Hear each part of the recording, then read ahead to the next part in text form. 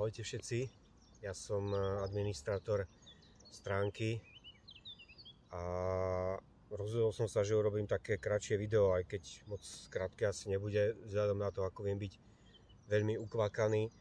A momentálne teraz sme na takom mojom obľúbenom mieste, som tu na kedysi ako malé dieťa chodil, bola sa to Sučianska skala, je to na mojej rodnej Hrude a ono to pre mňa vždy ako pre dieťa bolo také magické miesto a preto som si to aj zvolil, že to tu akurát natočím, lebo ten samotný Island je pre mňa tiež taký veľmi magický.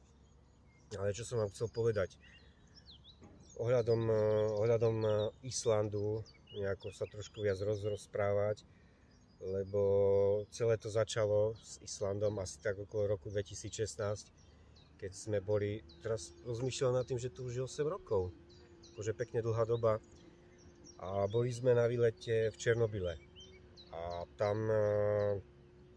jednoducho sme boli taká dobrá partia kamarátov a my sme si vtedy povedali, že chceme nejako začať cestovať po svete a objavovať nejaké krajiny, tak a sme si dali také menšie hlasovanie, že kde sa vlastne pôjde a všetci chceli ísť na Island, ja jediný som bol taký, že som chcel ísť do Norska, lebo na tom Islande nakoniec akože tam dokopy nič nebolo, nič ma tam absolútne nelakalo a potom sa to nejako začalo trochu lámať, keď sme tam už konečne prišli. Vystúpili sme z lietadla, išli sme medzi Keflavíkom a Reykjavíkom a proste to bola rovná planina, iba čisto sama láva, nič viac. A vtedy som si ešte hovoril, že do pekla, čo tu ideme robiť, veď tu absolútne nič nie je. A potom, ako sa postupne začala otvárať tá krajina, tak si hovorím, že do prdele, ako tu na to vyzerá fakt perfektne.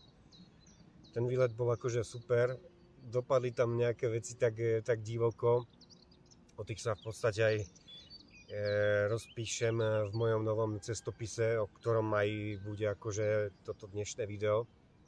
Len to som tým chcel povedať, že nikdy neviete, kde sa dostanete a čo to následne na to rozpúta. Lebo pri tom mojom prvom výlete ja som si absolútne nepovedal, že založím nejakú stránku, ktorá bude o Islande. Nedaj Bože, že budem písať knihy o ostrove. To ako bolo úplne v ríši snov a niečo také by ma ani nenapadlo.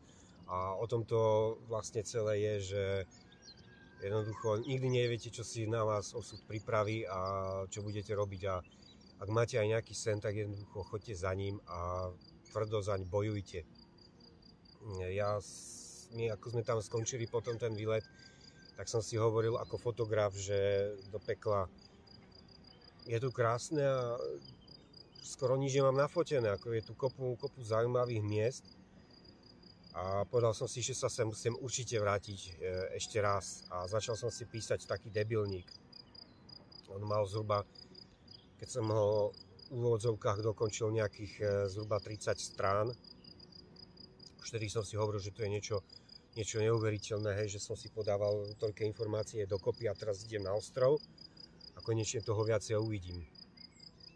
Na ostrov sme prišli, nakoniec sme toho o mnoho viacej akože nevideli. Tak som si musel začať robiť nejaké mapy, do ktorých by som si jednoducho zapísal tie miesta, ako ono postupne, ako som to dával dokopy, tak tých miest bolo okolo 600. A ten môj debilník sa začal natoľko rozširovať, že mal okolo 600 strán. A moja veľmi dobrá kamarátka Monika mi povedala, však počúvaj ma, veď to spíš. Keď vidím, že aké záhosti začínaš mať o tom, tak ako by bola veľká škoda, keby si to nedal dokopy. No a vlastne potom vyšla moja taká prvá kniha, lebo som si uvedomil, že ísť poľovať niekde na polárnu žiaru je síce pekné, ale stanú sa vám také veci, že jednoducho nenačasujete si to správne alebo nemáte šťastie, ste na nesprávnom mieste. A tak som si povedal, že jednoducho musím si to dať dokopy, aby som nejak zbytočne neponocoval a tak a išiel na väčšiu istotu. Ako toto mi dosť vo veľkom pomohlo, aj to, ako si správne nadstaviť foťák. No, tá kniha sa akože nejakým spôsobom vypredala, akože to ma veľmi potešilo. A no som si povedal, že urobiť niečo takého geológia celkovo o Islande, aby sa v tom ľudia čo najviac dozvedeli. A začal som pracovať na tej prvej knihe o geológii. Toto je tá ochrstnutá kniha, ktorá bola krstená tu u nás na dedine. A naštartovalo ma to veľmi, lebo keď som videl, že aký je o to záujem a tá kniha chytila taký prvý problém, že ako mal dôjsť krst, tak sa úplne vypredala. Ja som musel riešiť jej dotlač.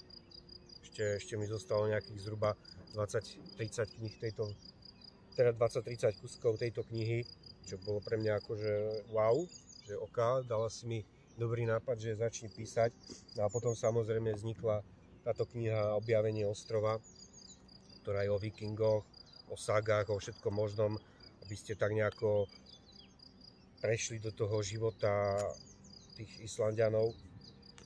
A k tomu som urobil takú špeciálnu krabičku, lebo ja som taký, nie že megalomán, ale jednoducho mám rád pekné veci, keď sú dotiahnuté úplne do perfektna. Aj keď ja sa nikdy asi neviem pochváliť. Aj teraz tá krabička má trochu iný odtieň ako kniha. A vždy som túžil to mať tak nejako dané dokopy, aby to bolo také zberateľské, aby si prišli na svoje hlavne zberatelia kníh a milovníci Islandu.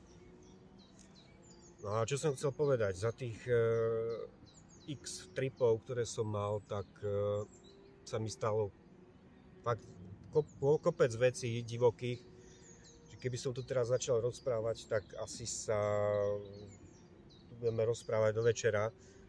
Veď aj keď som začal písať tento môj cestopis, tak si hovorím, že ja neviem, či dokážem tie príbehy naškrabať na jednu knihu.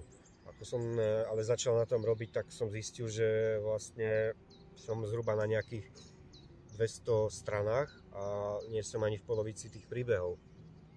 Takže vyzerá to tak, že ešte chvíľku pootravujem s tými knihami a teraz sa vydám cestou týchto cestopisov, lebo niektoré tie príbehy sú také, že sú ťažšie na uverenie, že či to nebude také pre niekoho aj trošku fantasy. Lebo keď idete do takej krajiny ako je Island, tak jednoducho je to úplne iný svet a neviete, čo si na vás tá krajina pripraví.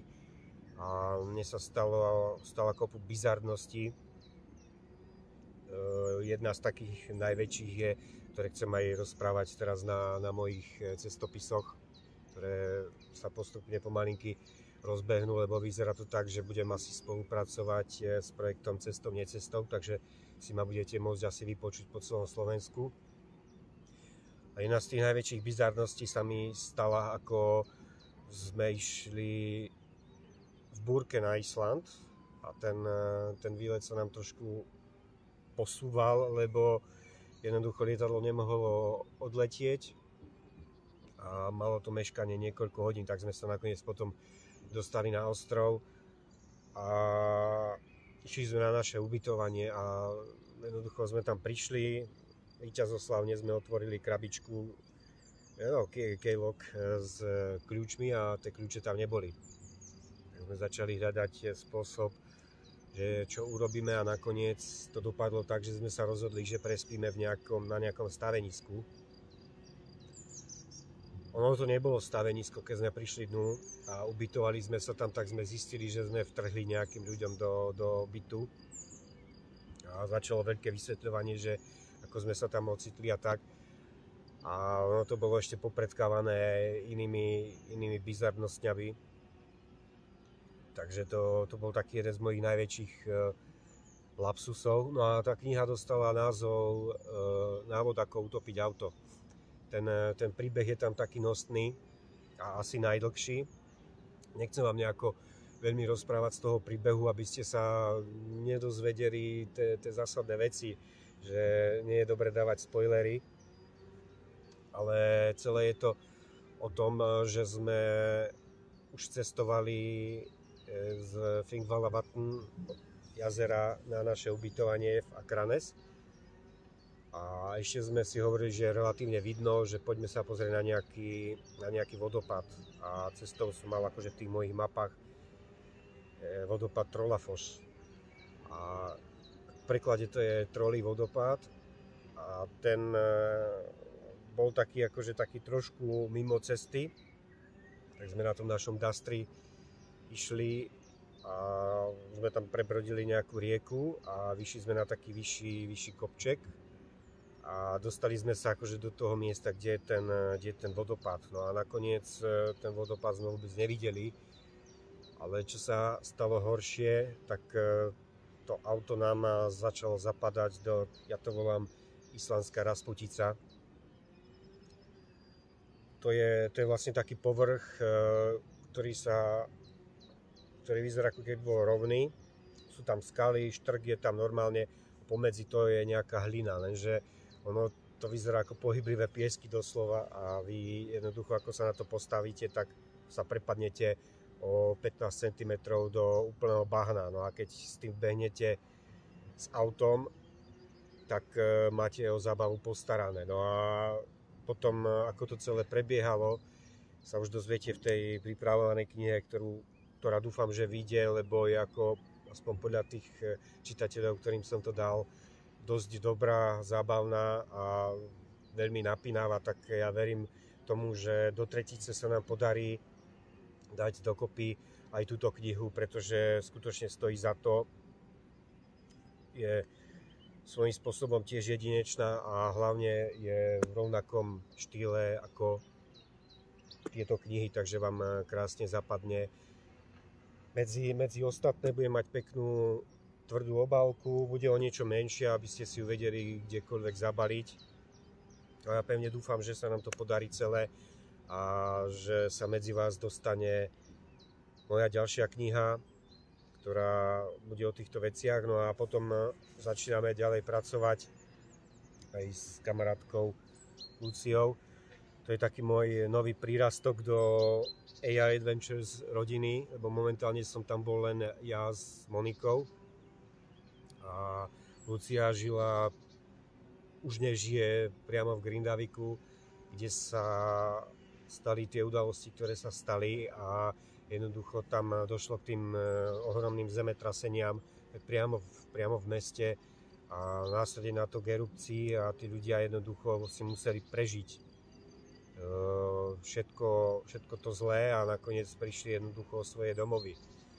A jednoducho, keď som si vypočul ten príbeh ľudský, ktorá je teraz s nami našťastie, lebo je presne rovnaká krvná skupina ako ja, tak jednoducho padlo rozhodnutie, že z toho musí vzniknúť kniha, aby sa jednoducho bežný Slovák alebo Čech, alebo kdokoľvek, kto už pozerá našu stránku, dostal do toho a prežil si to s ňou, že aké to je tam byť, tak pevne dúfam, že tá kniha čoskoro tiež vyjde, momentálne sa na nej pracuje a bude to také zaujímavejšie. Tak to je asi tak všetko, čo som momentálne k tomu všetkému chcel povedať.